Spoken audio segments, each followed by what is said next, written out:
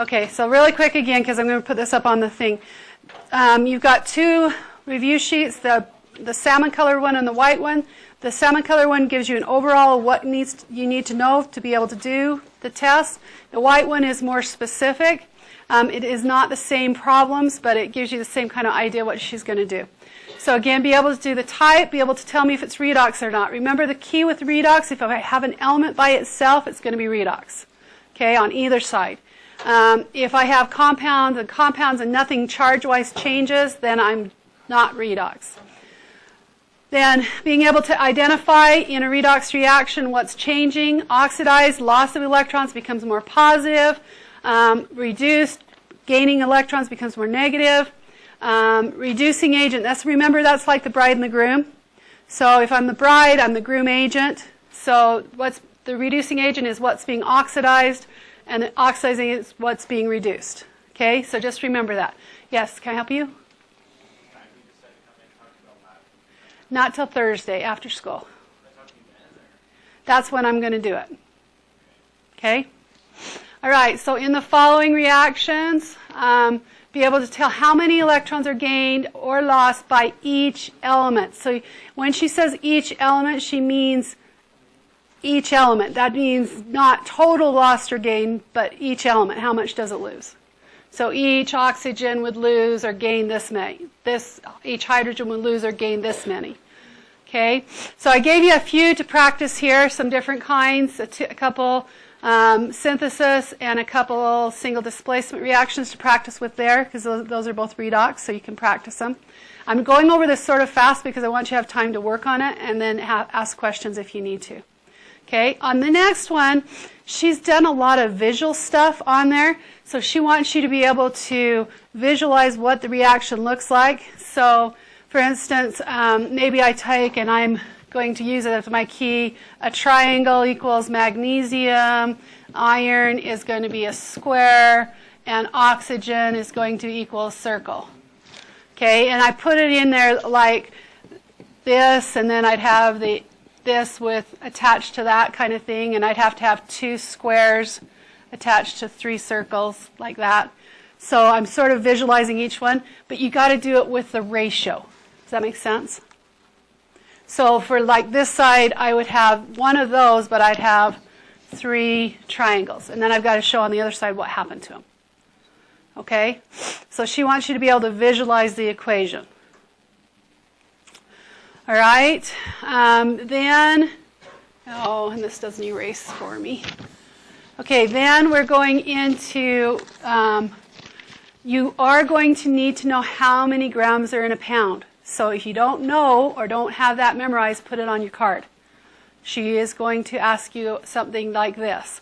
How many moles of potassium chloride are in so many pounds? So you're going to need that conversion from the back of your chart. How many grams are in a pound? Okay?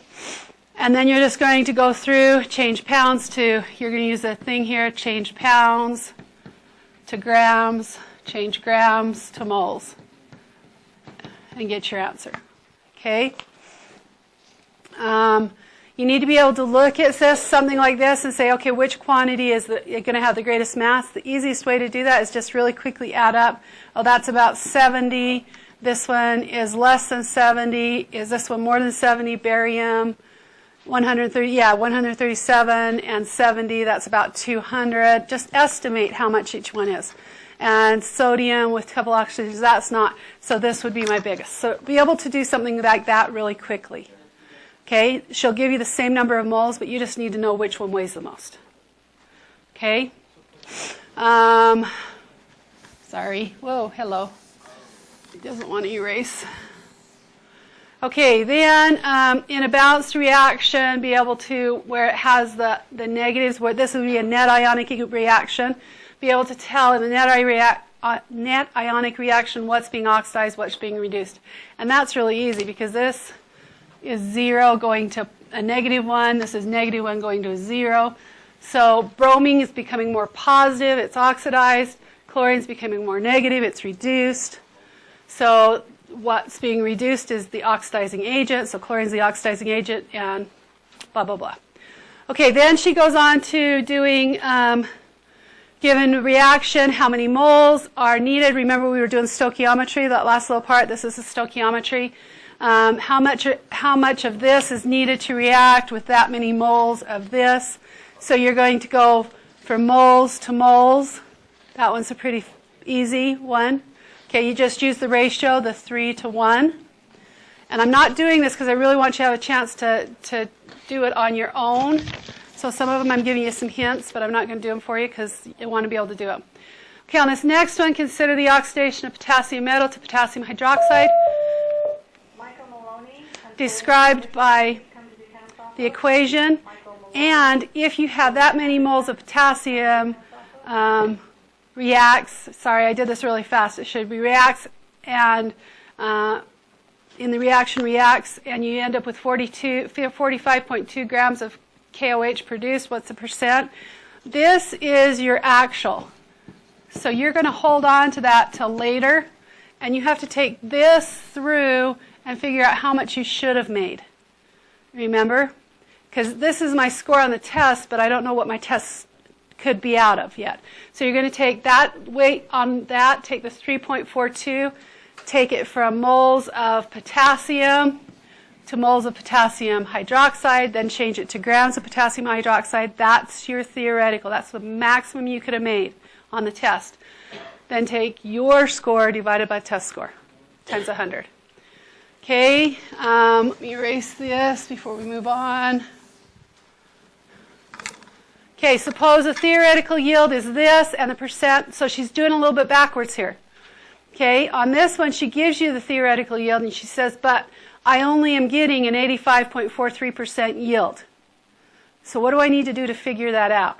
Well, if I know the total on the test and I know my percentage, how do I get what I actually got on the test?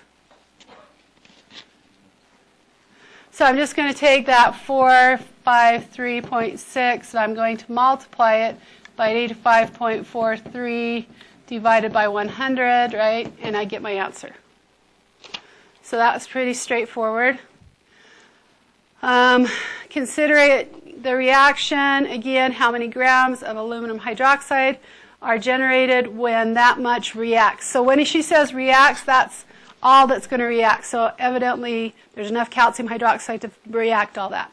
So you start with this, change from grams to moles, then go from moles to moles using your coefficients. Let's see, we're going from, what are we trying to get to? How many grams of aluminum hydroxide? So we're going to this.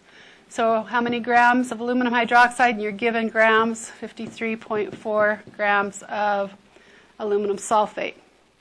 So you have to go from grams to moles, then use the equation moles to moles, and then moles to grams. So that's Stoke, straight. So if you're having problems with that, we can work with that. I'm going to erase these and move on here. I want to make sure we just talk about each of them at least. How many moles of sulfur trioxide are formed with 5 moles? So you have 5 moles here, and you're trying to find out how many moles of this. That's a pretty straightforward reaction. Then again, she goes to visual. Okay, so I want to make sure that you're aware of the visual stuff. So molecules A and B react according to the following chemical reaction. For every 2 A's, I need 3 B's to make C. Identify the limiting reactant under the conditions shown in the molecular art below. So A is a large circle, so first thing I would do is over here I would count and find out how many A. I would find out how many B. If they're far apart from each other, then I should be able to tell. I need more B than A, but if they're close, I'm going to have to take one and convert it to the other using the 2 and the 3. And then down here I've had you put the limiting and the excess reagent. Okay? Or you can also just, for every 2A, so there's a large white, you could say, okay, that's one C. C, this is another C. See what I'm doing?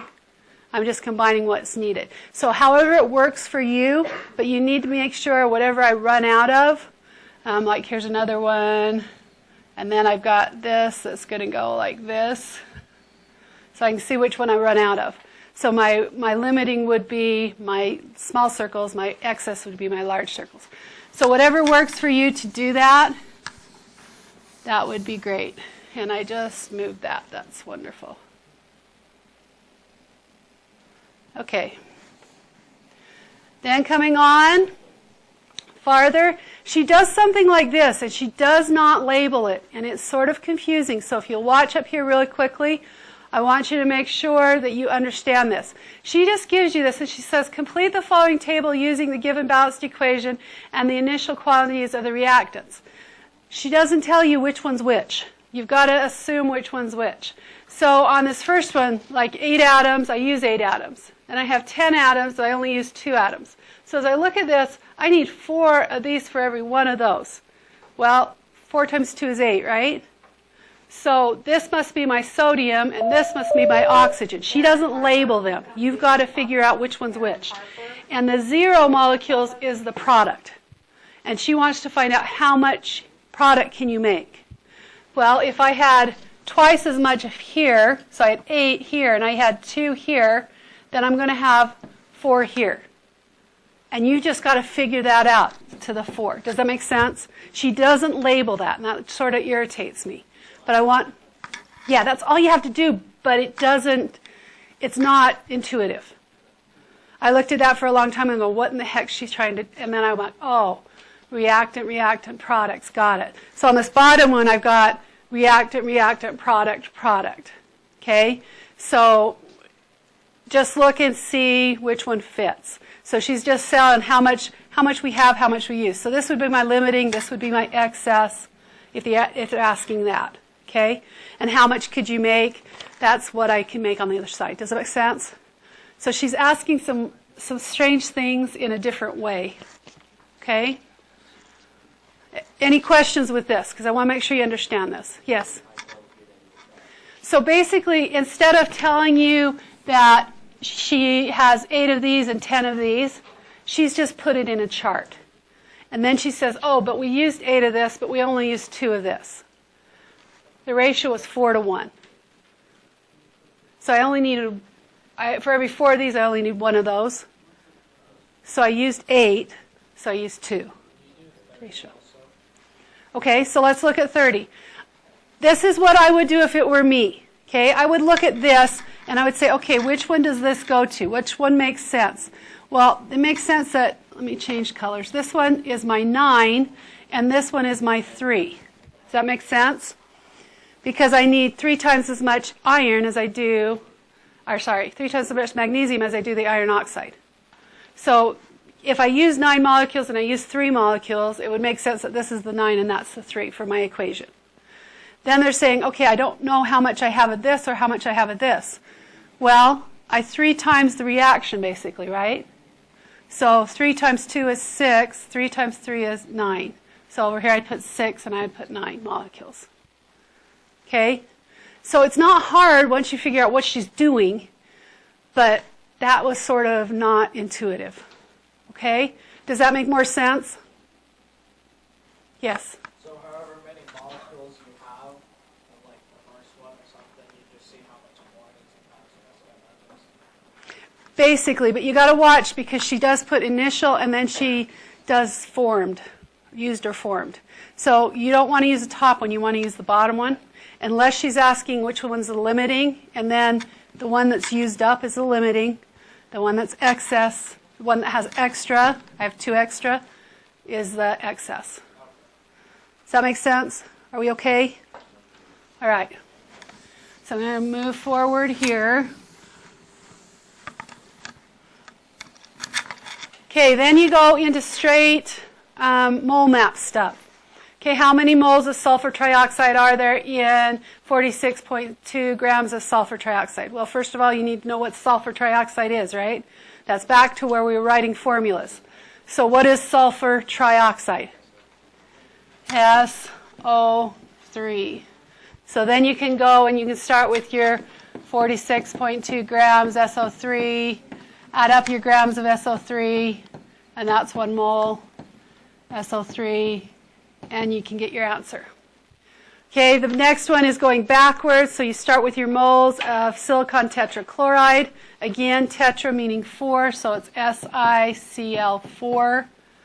And you would go backwards, start with your moles. And you start in the middle of the mole map and you're going to the right, so you're using the bottom. Is anybody having problems with the mole map and being able to use the mole map going back and forth?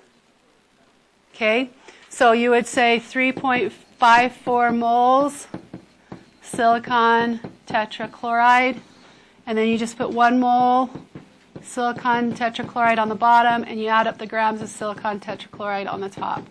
Moles go out. Formula weight is just added up from the chart. Okay, just added up from the chart. So aluminum, you have 2 of them, whatever it is. Sulfur, if it's in parentheses, that 3 comes through. So you'll have 3 times whatever sulfur is. Oxygen, 3 times 4, 12, and you just add it up. Whenever it says formula mass, just add it up. Formula weight, same thing. Okay, so she'll give you a hard one with parentheses. She'll give you an easy one that's just got the simple like that. Okay.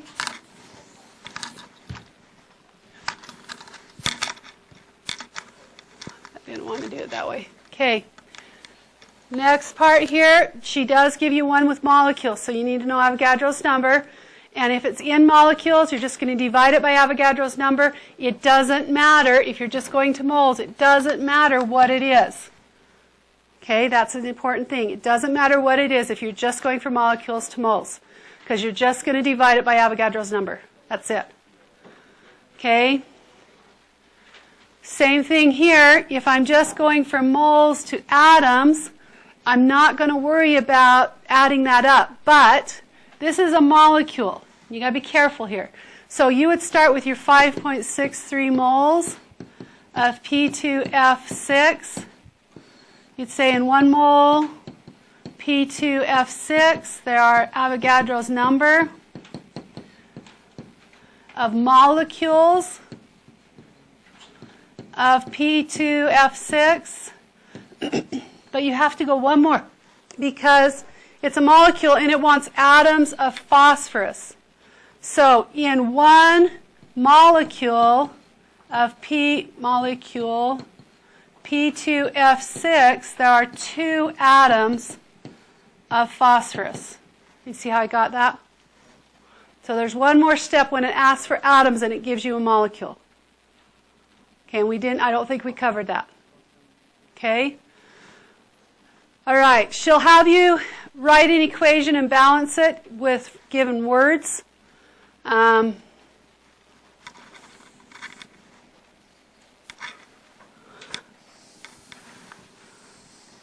So given words, you need to be able to take it down.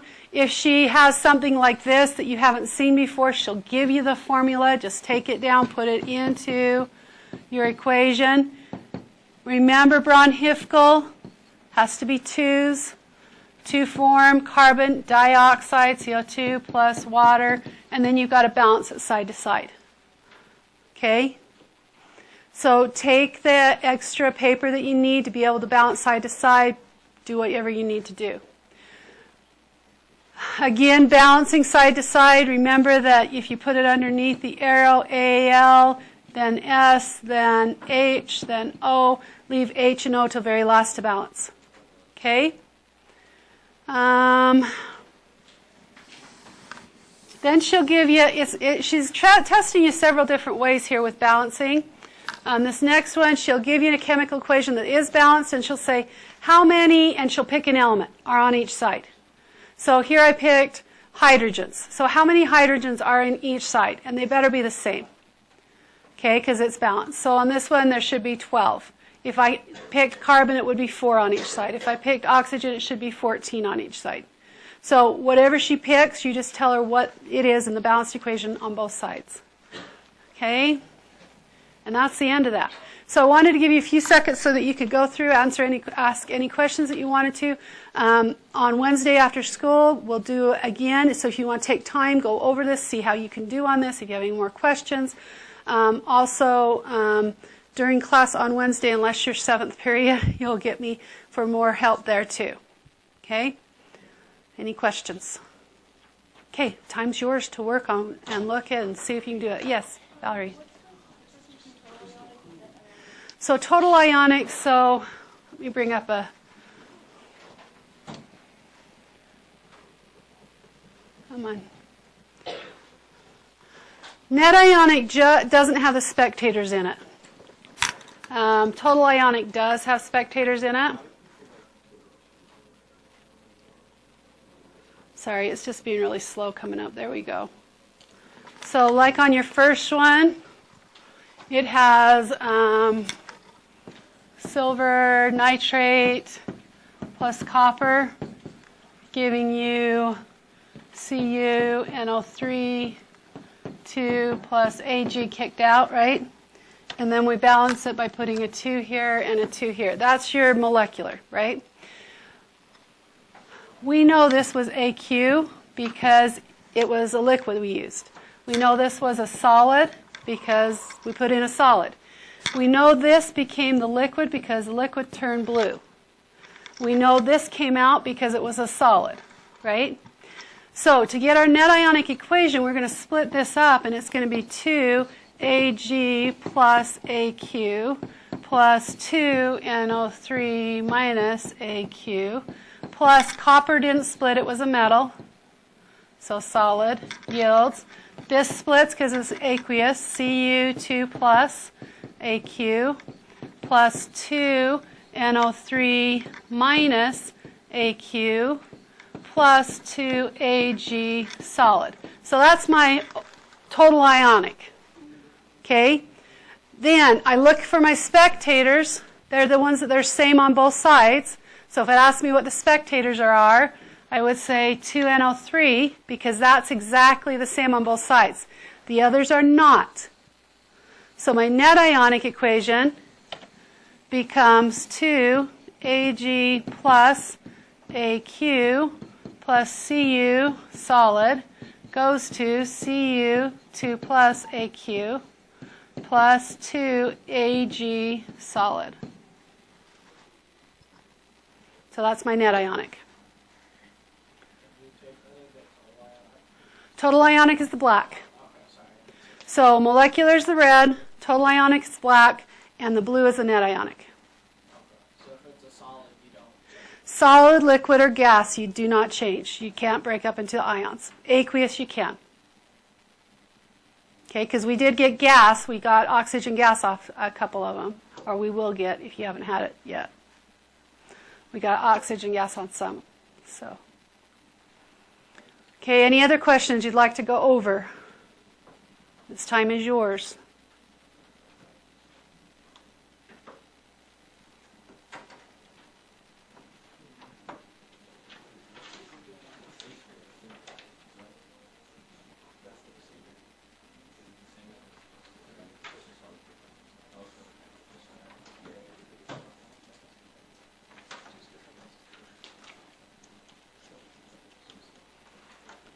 We're good to go? Anybody need any other help? Okay, I'll just come around and help as you need then. So Wednesday we'll go over this more for those of you that need specifics, and we'll go over that more. The white paper is really what you really need to go over, make sure you understand it and be able to do it. The orange paper is just a general, yes, I know how to do this, yes, I know how to do that, kind of thing. Okay?